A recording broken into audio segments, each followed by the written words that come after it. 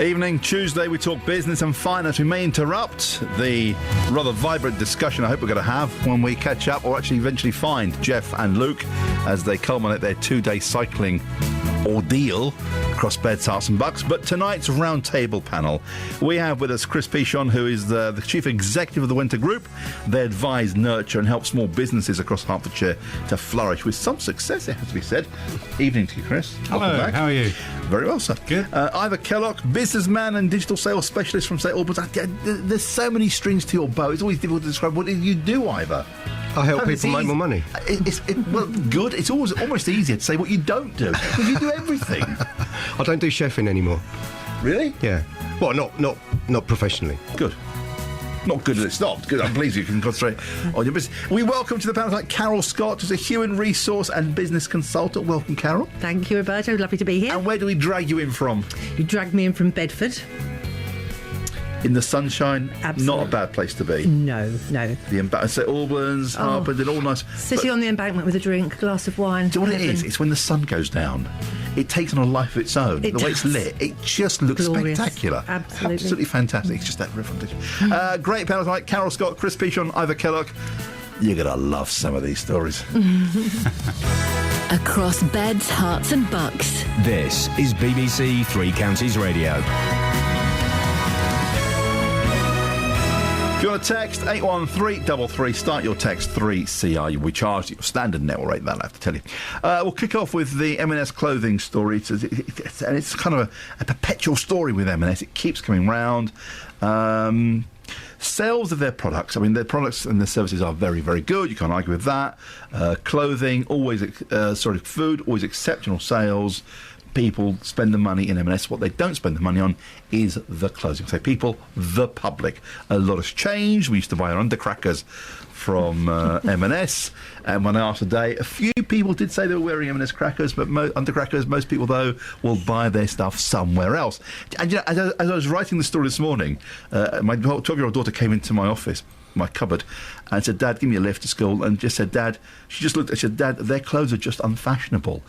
Carol, is that the problem? I'm afraid it is. Like a lot of women, I walk around M&S, and a lot of it is beige or grey. So flattering. But it's not. The thing is, if you walk through it, I occasionally go to the M&S store in London Colney, which is vast, and it's an array of colours, everything. It just seems that our tastes have changed.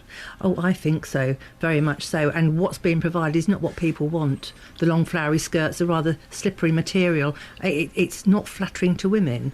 Every so often this goes through this whole change. They get a new design in. I don't know who they're designing for, but it's all a big cry of bring back Twiggy and all those other people, because at that point we seem to have clothes that were wearable. That's interesting. Because again, a lot more people going for branded clothes, it seems, and where women have always been particular about what they wear, rightly so. It seems men are too, and if they're not, their partners will tell them, "No, I don't want you to wear that suit, it doesn't do anything for you, go and buy one from Next," for example.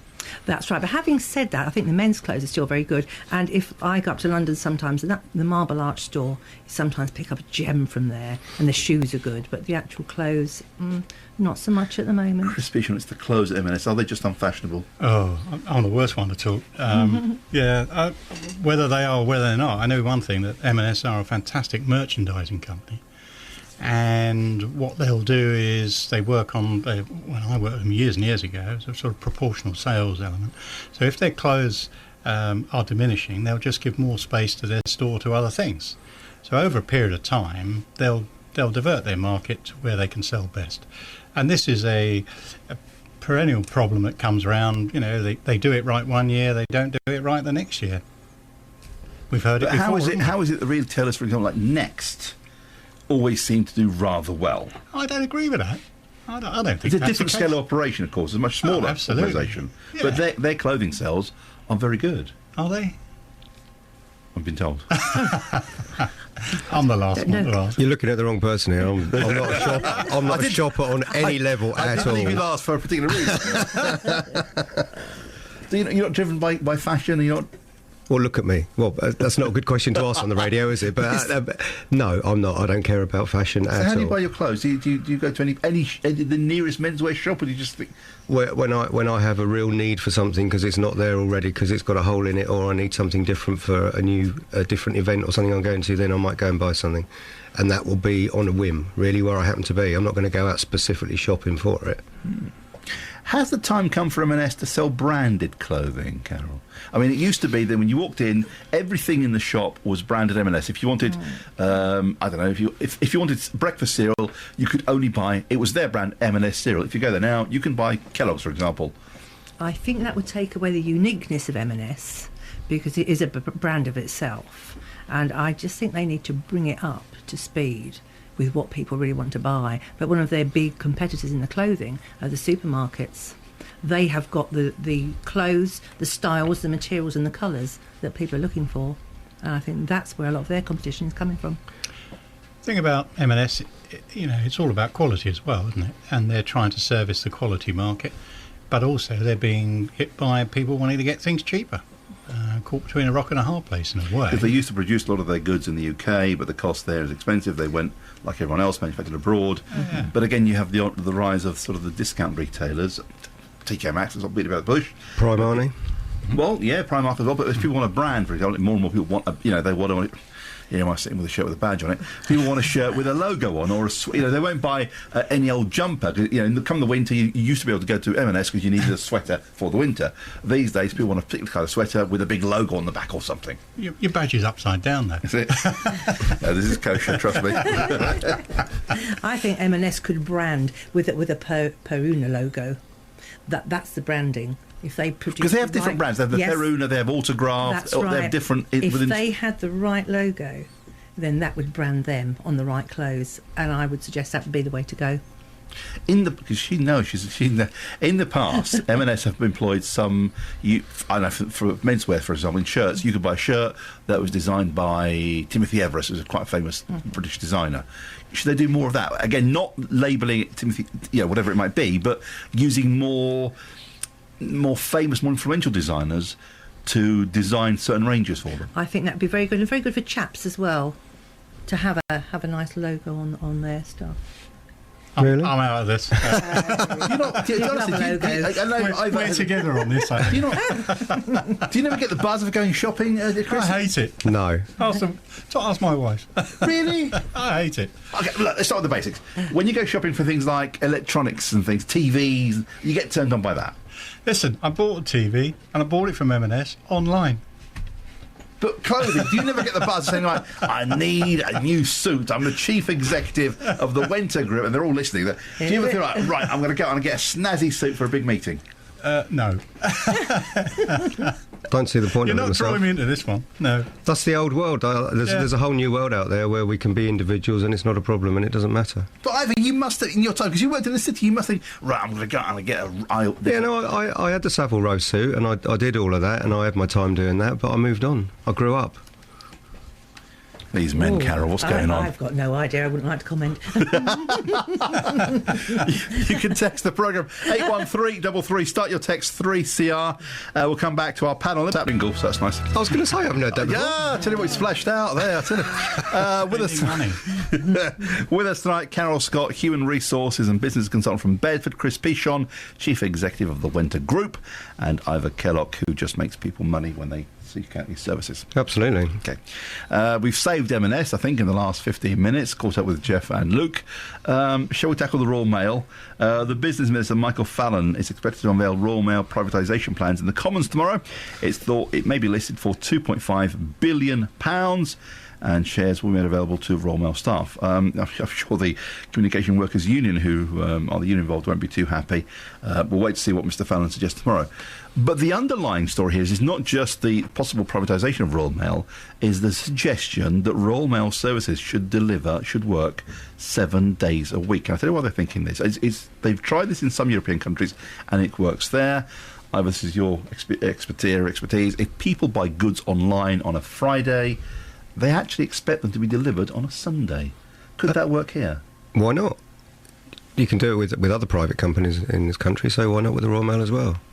I should imagine the unions won't be too pleased about this. The Royal Mail Union, though, it's 150,000 employees, communication workers union, not the most, how can I put it without being Diplomatic, Amenable. stubborn. not the most amenable union in the world, it has to be said.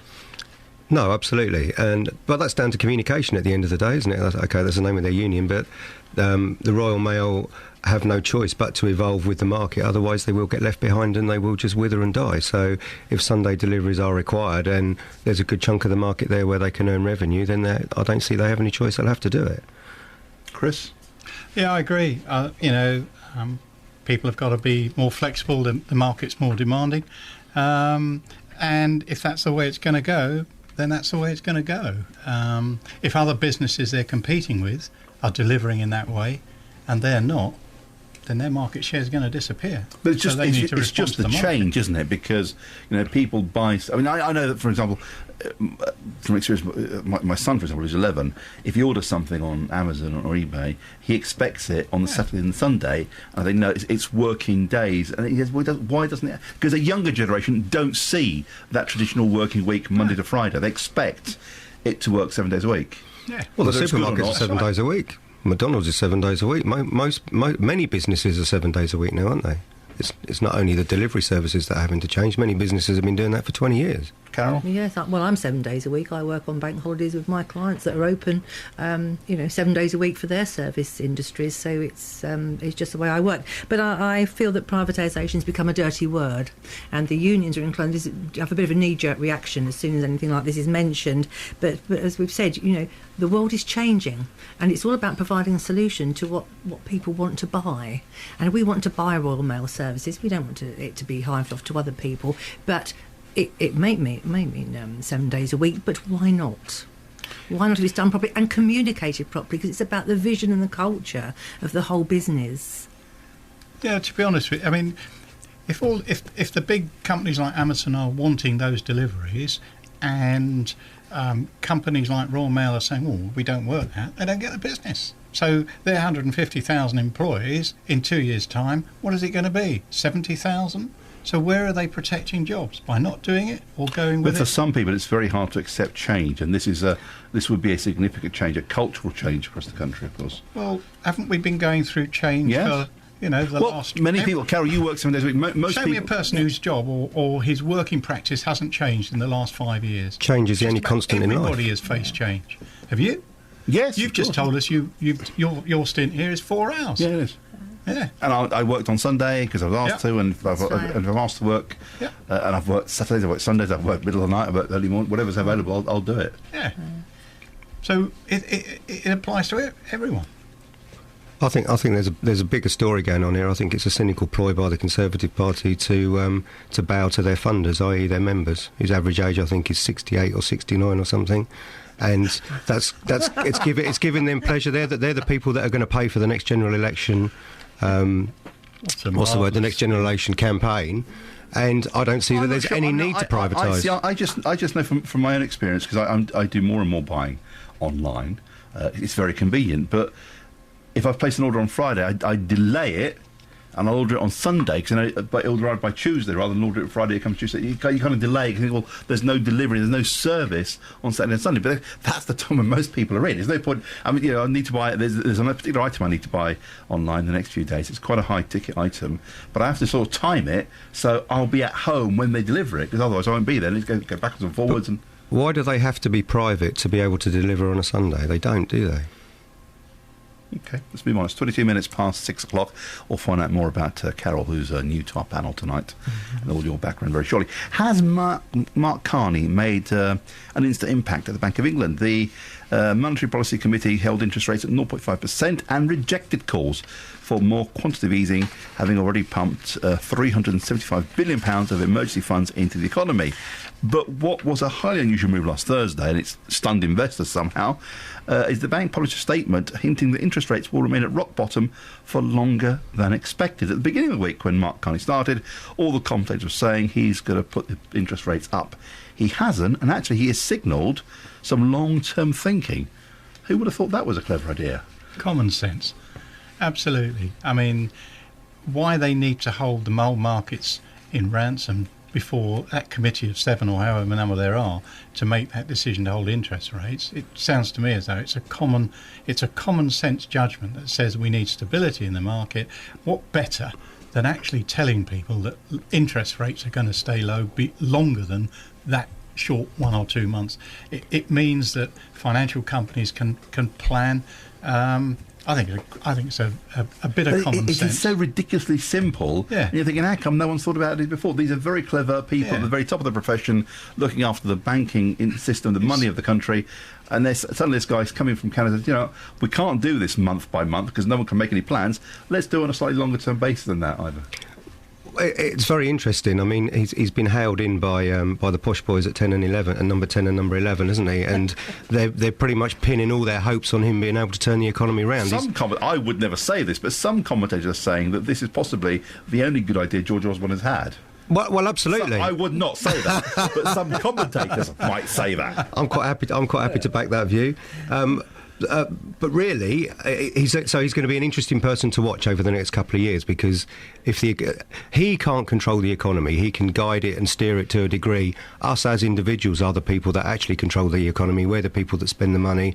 We're the people that, by spending that money, create profit and jobs for other people. So if we're not spending, the economy doesn't work. He doesn't have ultimate control over that. What is interesting about this, from my perspective, is that him actually taking a step back from government and from politics and actually saying, no, we're not going to do it that way, because before that meant that government still had some control over policy, didn't it? Now he's saying, actually, no, this is going to be there for a much longer period of time. He's making his stamp and his mark there in his first week of his job and saying it's going to be done my way now. So interesting to see. Carol. Yes, I think that's given us a bit of stability and a bit of long-term planning now, that companies can actually sit back and say, this is going to be it, so now we make our plans accordingly.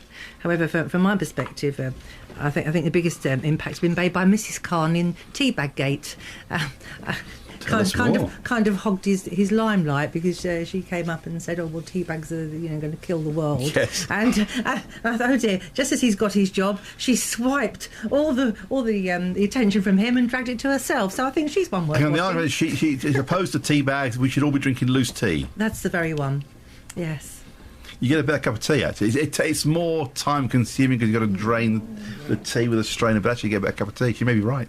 I've no idea. My God, these Canadians are right here, and they've saved the country already. Right. Thank goodness. They've saved the finance system, and they've saved our tea drinking habits. God bless them. Interesting talking about tea. It was July the 4th last week, wasn't it? Yes. Oh, that's right. Boston Tea Party and all of that. Yes, it was. Carol Scott, Human Resources and Business Consultant. How did you start that?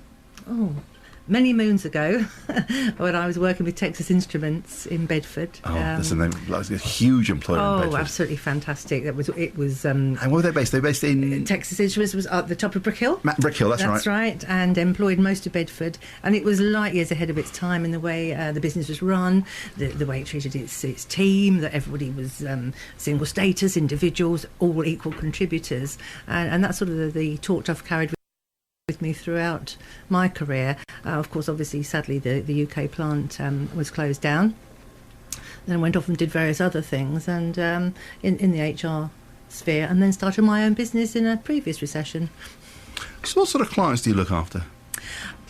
All sorts, from charities to transport companies to high tech to the UK operations of international organisations, from 2 employees to over 2,000, where I work with larger companies as an additional resource when they need me.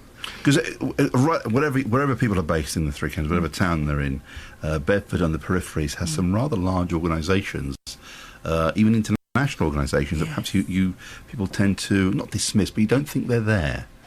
No, it keeps them low profiles, but I work very much with SMEs.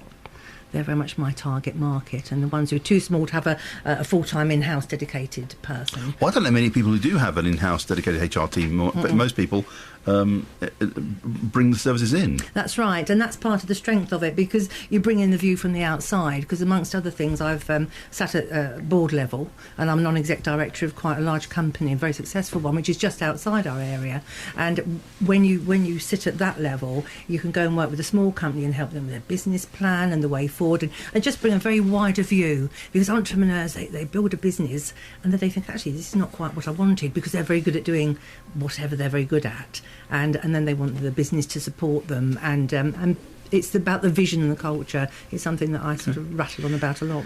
Dare I ask, because I can't remember, when did Texas Instruments close down? Oh, in the 80s. Because you're right. I mean, lots of big employees in Bedford, but that was. If you lived in Bedford, somebody you worked at Texas Instruments. Yes. And people still say to me, because I'm Carol H. Scott, and people say, "You're not Carol H. Scott from Texas Instruments." Yes, it's me. Good Lord. Yeah, so that's quite interesting. Tonight, around the table, Chris Pichon, Ivor Kellogg and Carol H. Scott, formerly of Texas Instruments. On FM, AM, online and digital radio. This is BBC Three Counties Radio. Good evening. Carol H. Scott, Chris Pichon and Ivor Kellogg. Didn't they make those Meltis soft fruit things in Bedford as well? Oh, yes, Meltis. Do you remember the soft fruit? Yes. It was like a giant fruit pastel, but softer and really soft inside. Liquid in the middle. Oh, it was lovely. Let's get back to our conversation. How old are you? 50. Should people... well, apparently on paper, but in real life, we're at 20. Should people in organisations send less emails and just talk to each other? Sports car manufacturer Ferrari has hit out at time wastage and inefficiency and set a limit on the number of people, number of emails its staff, 3,000 staff at its plant can send to. So restricted emails, basically saying if you want to talk to somebody, go and talk to them. Don't send an email to 3,000 different people. Could this take off, the idea of talking to people you work with? Look, I love digital communication. That's part of what my business is all about, and that's what I do. But I absolutely agree with this 100%. There's been quite a few instances of small and large companies over the last few years that have actually gone the whole hog and banned email altogether. So saying that they can only send up to 4 people is that they're getting close, but they could actually go all the way and say you don't need to send any email whatsoever. Yes, there is a terrible culture of sending email and hitting reply all and sending it out to hundreds and hundreds of people, and you end up wasting literally hours of your day. You just scroll down trying to find out what the actual message was. There's a point to all this somewhere. Exactly, but more importantly, it's that time wasted in just emptying your inbox and deleting them or getting rid of them. So it does waste a huge amount of time. None of us have been taught how to use email properly, so I don't know how long you've been using the internet. I've been using the internet for 15, 16 years now, so I've learned and evolved and recognised what works and what doesn't work, so partly self-taught, partly learned from sharing and listening to what other people have to say. So I still haven't found a large company that teaches people how to do email properly and how to use any form of digital communication properly. So coming back to the fundamental point, should people talk to one another more? Yes, absolutely they should. But do organisations, because every organisation, whatever they're doing, there will be electronic mail involved, electronic devices, computers, whatever kind of system. Yep. Should they actually employ someone to teach them and their staff, to train them how to use it? Without any shadow of a doubt. It's all right saying it's there, it's on the computer or handheld scanner, for example, if you're a lorry, whatever it might be. If you're a lorry driver, you've probably got some sort of tablet in your lorry with you. But no one trains you to use that. No.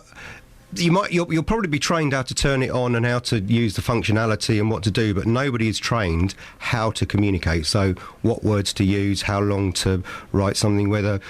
I find it incredible. If I send an email with more than 3 points in it, the chances are people will reply back and they'll answer 1, and if I'm really, really, really lucky, they'll answer 2. Any more than that, they get lost. People don't read what's there, and they'll tend to answer the last point first and work backwards.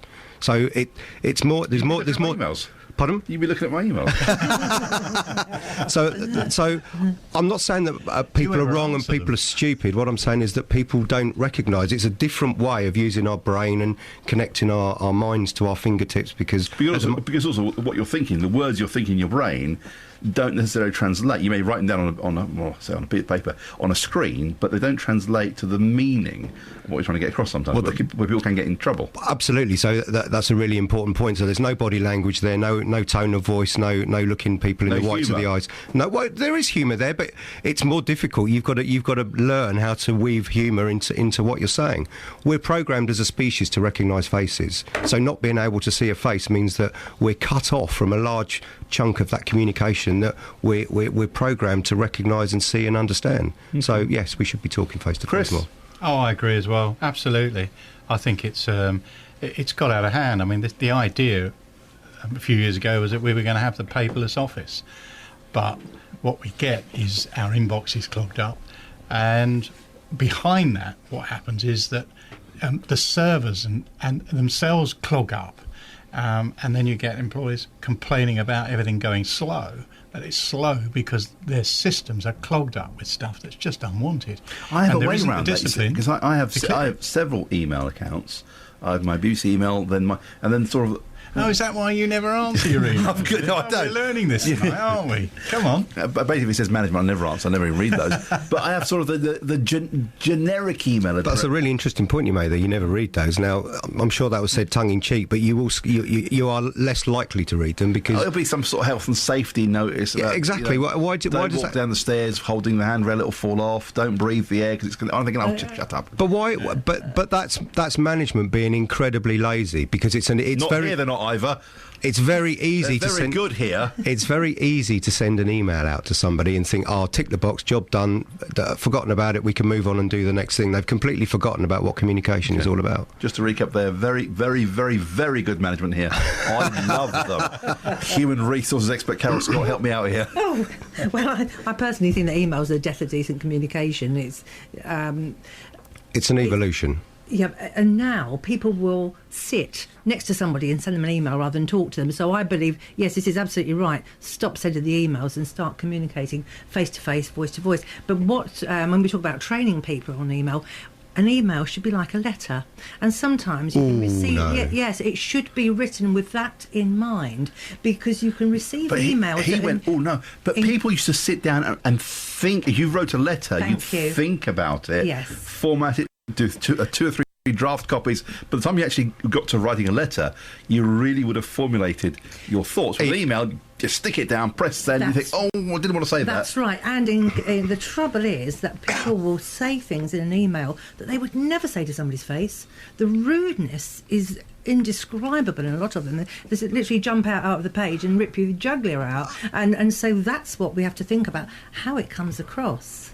I was going to say, are they being rude or is it being misinterpreted and misunderstood because you haven't seen their face, you haven't seen the whites of the eyes and you haven't heard their tone of voice? A lot are extremely rude. All right, OK. And the other thing, you see, it's used as a tool to drop somebody else in it. Because if somebody thinks they've found a chink in someone's door, that's just evolution of personal politics, they've done something wrong, then not only will they email that person, they will also CC in the great and the good, so everybody knows. And this is the most unpleasant part of it. But that's as detrimental because management recognise that, don't they? If someone is keeping doing that and putting their spoon in the pot and stirring, then management recognise that. So those people aren't doing themselves any favours because the audit trail works both ways, doesn't it? Oh, that's right, but people don't realise that. They're so happy to drop you in it. But that's what I'm saying. They need to be trained. They need to recognise and understand what this is all about. An email for me is an extended text. So it's not about... If you wrote an email as a letter, nobody would read it today. Because there's too much in there. It's too formal. There's too much ramble and too much waffle. So if you hang on, the courtesy. So if you're sending an email,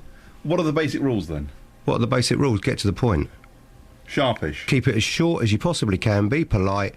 Be positive. Don't be negative. If you be negative, then you can be misinterpreted in so many nasty, horrible ways. So you will get a reputation for yourself. So be positive. Be to the point. And get on with it. And how forgiving should you be if you're on the receiving end of an email, when you sit, you think, that's a bit strong, and you think about it, you have a cup of coffee, think, that person, my colleague, possibly sent that in anger, or in a moment of haste.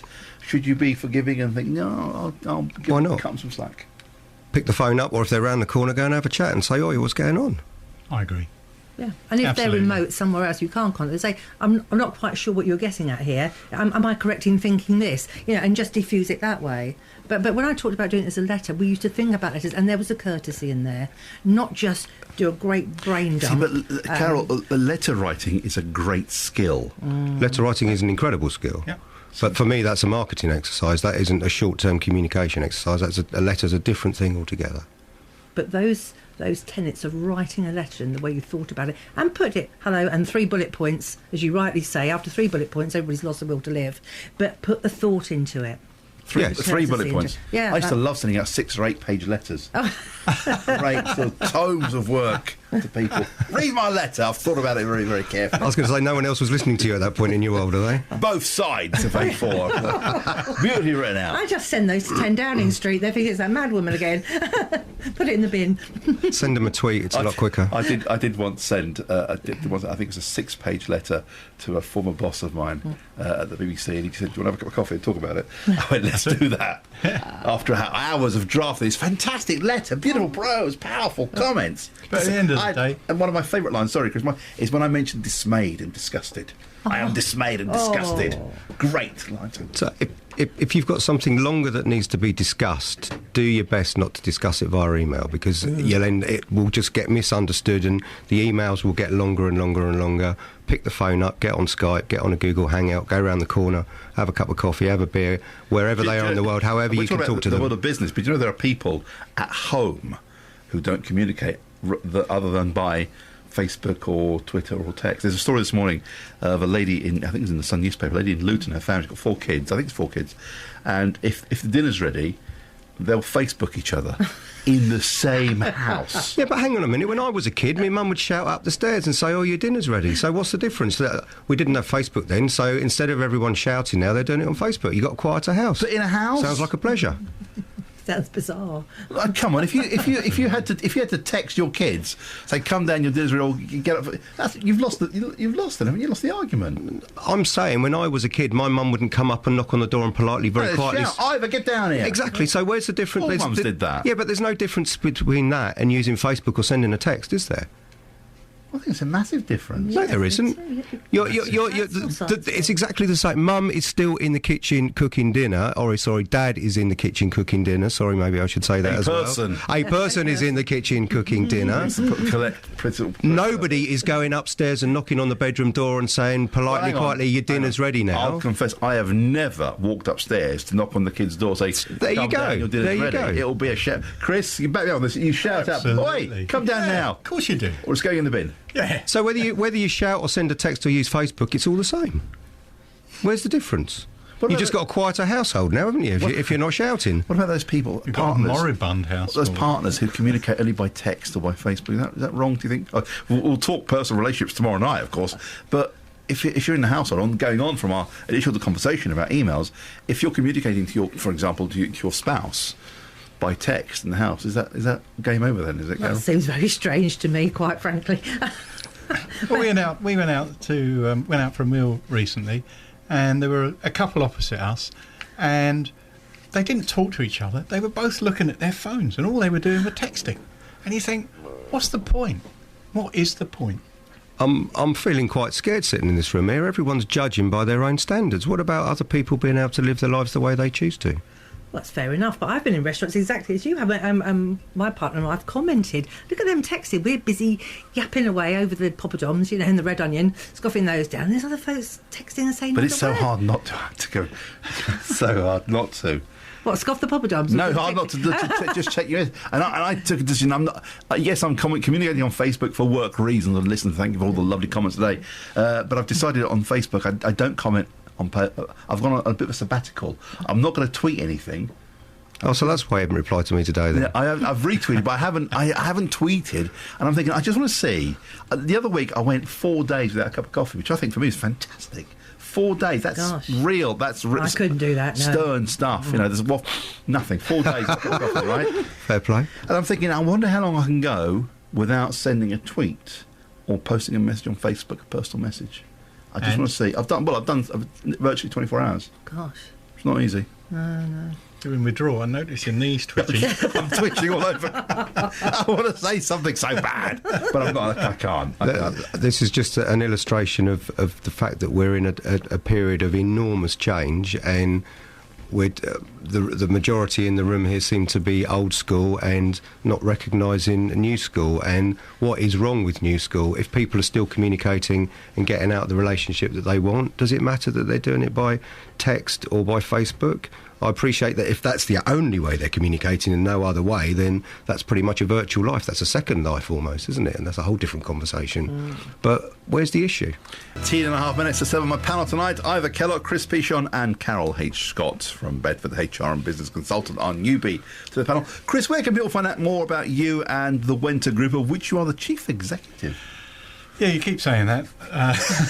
It doesn't impress I'm just watching my timeline on my Twitter feed, and you're out of the office. You're still chief executive. There's not been a coup to oust you, so you're all right. Right, OK. Well, I'm safe for this week anyway. Well, certainly they can find us on our website. That's the best place to go, www.wenter.co.uk. All the details of all the various services we offer, business advice, business support, business premises, mentoring programs, schools and education programs, a whole wide range of stuff that people can find out. Most of it's free. We do a great deal of work in terms of business startups, so that's where we're really doing some great work at the moment. And you've had some great success stories there as well. Oh yeah, a lot. I mean, I heard the other week, for the first time, we're hitting over 100 new businesses a month. What does that mean? We're knocking them out? We're not knocking them out. They're actually surviving, and that's the key thing. It's not just about starting a business. It's, can the business survive? Can it operate profitably in its own market? And the successes we're having through my incubator, which is something I think we mentioned before, has been fantastic. So for us, highest number of startups we've ever seen. It's a very, very. Are they finding it easier to trade? I don't know about be easier. I think it's a really challenging time out there. But I think if they're making the right decisions, they're getting the right advice, then they've got better chance of surviving and making a go of it. So that's what we're there to do. And as a not-for-profit, most of it's free of charge. It's there. We're not trying to influence their business decisions. Just try and get them to make to get the right decisions. How does the Wenter Group? How does your business compare to things like the Chamber of Commerce, local chambers of commerce, Chris? Well, the chambers of commerce are a different form of organisation, where they are very much a networking organisation for SMEs and larger. Their role really is in lobbying. And is creating networks for business to business, and we're dealing with startups, early stage, and micro businesses. So there's a role for the chamber. I know that there are a number of chambers, certainly in Herts and Beds, all trying to do a good job for their own clientele. Ivor, where can people find you apart from just Googling Ivor Kellogg, because you come up loads of times? I was going to say, just Google me. I think I'm very fortunate. I don't think there's another Ivor Kellogg on the planet, which is probably a blessing for everybody else. But so yes, if you Google me, you'll find me. But Twitter, Facebook, you LinkedIn. You are the only Ivor Kellogg on the planet. Well, I've never found another one online. I've never found another one online. So is there another Chris Pichon anywhere? Oh, probably, but I haven't met him. Or her. There can't possibly be a Carol H. Scott elsewhere, can there? Well, one doesn't know, but I don't think so. Fairly unique. You'd be surprised how many Roberto Peronis there are. Are there? Yeah. You're joking? Yeah. I did a search on Twitter earlier on. Actually, there was a huge list of them that came up. Roberto Peroni. One is a sports journalist, writes for an Italian daily newspaper. A very distinguished sports journalist, and there was a time when I kept getting phone calls at the middle of the night from radio stations all over the world. Can you come and comment about this football transfer? I'm thinking, no, you've got the wrong fella. And it's when I tried to register the Roberto Peroni show on Twitter, I suddenly realised there are hundreds of the lighters all over the place. Although none as good as me, obviously. It's 9 minutes to 7 o'clock. One of Britain's biggest energy companies has been fined for wrongly claiming it had given out 3.5 million free energy-saving light bulbs. In fact, the bulbs had either been sold or not distributed at all. The BBC's personal finance correspondent Simon Gompertz explains what happened here. When electricity companies rushed to give out free energy-saving light bulbs in 2010 to comply with new government rules, E.ON reported that it had distributed nearly 25 million of them. Later it emerged that 3.5 million light bulbs shouldn't have been included in the total. Some had been sold in the Republic of Ireland, others simply weren't sent out. E.ON says it was a mistake and it's sorry. The industry regulator Ofgem has fined the company £500,000 and is forcing it to make amends by giving 18,500 low-income customers £135 each to help with winter fuel bills. So they claimed they were giving out free light bulbs, energy-saving light bulbs, but something got lost in the process. When a company says, sorry, we get it wrong, they get a fine which they'll just absorb and pass on to the consumers like us, Carol. But when the company says sorry, how do they make sure the consumers understand the word sorry and it doesn't damage their brand? I think that's quite a tough thing to do. The report said, well, there's further training has been given and we've learnt from this. However, if somebody says they're going to do something, then we expect them to do it. They've got to show and demonstrate quite publicly now, transparently, what they have done as a result, what they intend to do as a result of failing to send out these light bulbs. I would say these light bulbs are about as much use as a. Do you know what I was going to say? I've got the whole. I'm not keen. I've either got in my house energy-saving light bulbs or LED lights. The LED lights are fantastic because you can have 2,000 of them they consume. But those energy-saving, I can't read a book. No, exactly. You turn the light on and you wait and wait and wait, and it sort of starts to come on, and you think, oh, come on, I can't be doing this. That depends on the quality of the light bulb that you bought, though. Come on, most of them though, because you can get some very expensive ones. Because the energy-saving light bulb's got a bad name because of those freebies that got given away. People put them into their homes and switched them on and thought, what's going on here? I've got to wait half an hour before I can see anything. But they were cheap light bulbs, and they got a bad name for that. You buy a good quality one of those and you won't have any problem at all. Well, you spend the money to go for LED, and then you. Well, that's a different conversation. Yeah, if you choose to do that. You've got the extreme in my house. You've got the energy-saving light bulbs, which take 2 days to warm up, and the LED ones, which it's like the landing lights at Heathrow in my driveway. I think it's blimey. Put a shilling in the meter then, Robert. 747 landing here one day. But I want to know where they all are, these light bulbs, and why did nobody know they were there? Who's got them? Someone's got them stashed up somewhere. Just wondering if I can find someone to sell some proper light bulbs, the old-fashioned ones that actually work when you turn the switch on. Should the high street banks, who hold huge amounts of information about our spending habits, make more money by selling that information? Last month, Barclays sparked outrage when it said it planned to sell customer spending data to other businesses. And we spoke about this last night with Big Brother Watch. I mean, the supermarkets have an extensive profile of who we are purely because they know what we've purchased, when and how. And if you write to them, and there's a process where you write to them, they have to send you all the details, Freedom of Information Act, and you expect a few pages, you will actually get files back. They will not want you to ask them because you get literally a whole tome back. But if banks start selling that information, your shopping habits, either, will there be any secrets left? It's an interesting question. Look, companies have been doing it for years anyway, so, OK, it's a story. So Barclays have made a conscious choice to publicly come out because before they start doing it, I presume, to counteract any negative press by not talking about it. Businesses have been doing it for years. Most online businesses have been doing it ever since the internet started, so it's a natural progression of where we're at in the world. That data isn't necessarily as valuable as people think, though. Now, if we look at Google, who are the largest search engine on the planet, and in this country 70% of people roughly use them as a search engine. If I search for something online because I'm doing a bit of research for a client or whatever, then all of a sudden I'll see adverts for that particular type of product appearing on the web pages that I look at. I've got no interest in buying them at all. So the world is still a very, very, very long way away from being able to directly correlate what's going on in your mind and what you're doing in the real world. If a bank sells the details, for example, because they know. I'm saying that analogy follows all the way through. Just because you happen to have had that spending habit for the last month, 2 months, 3 months, doesn't follow that in the future you are always going to be doing things that way. Chris? Personally, I don't like it. But then, if I don't want to give information, I don't give it. So, if they ask me questions, I don't want to answer. If you're spending on a debit card, you've got no choice. They know where you fill up, when you fill up, the frequency, and they can build a profile of you. Yep. And then, if it's within their business model and they can get away with it, and they think they can make money on it, exactly as Ivor says, what the hell can you do about it?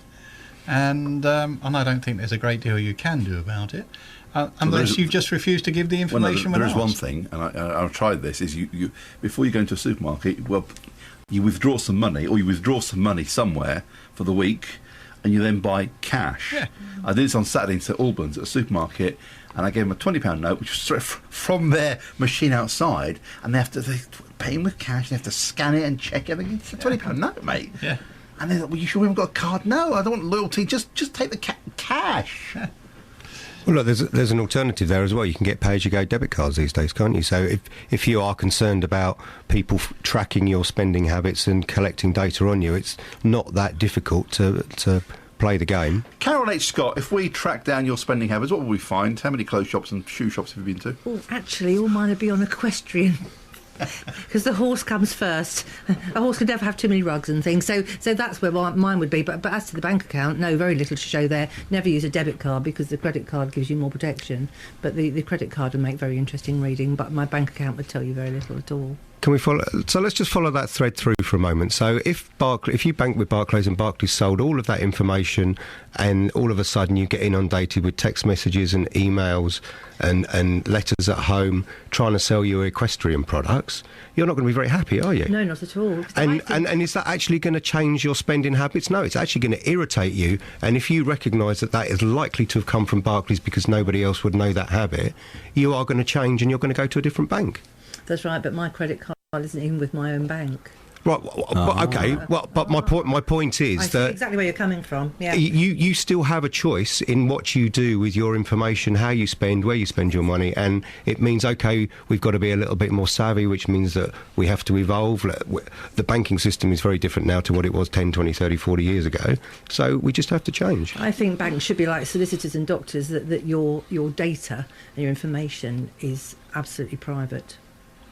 We live in a world of marketing, and we're all targeted all the time. And if this is what's happening, if they've acquired the data legally and they're entitled to sell it, data protection is not affected in such.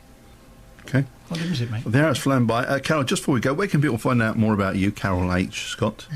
They can look on my website, which is www.carolhscott.net.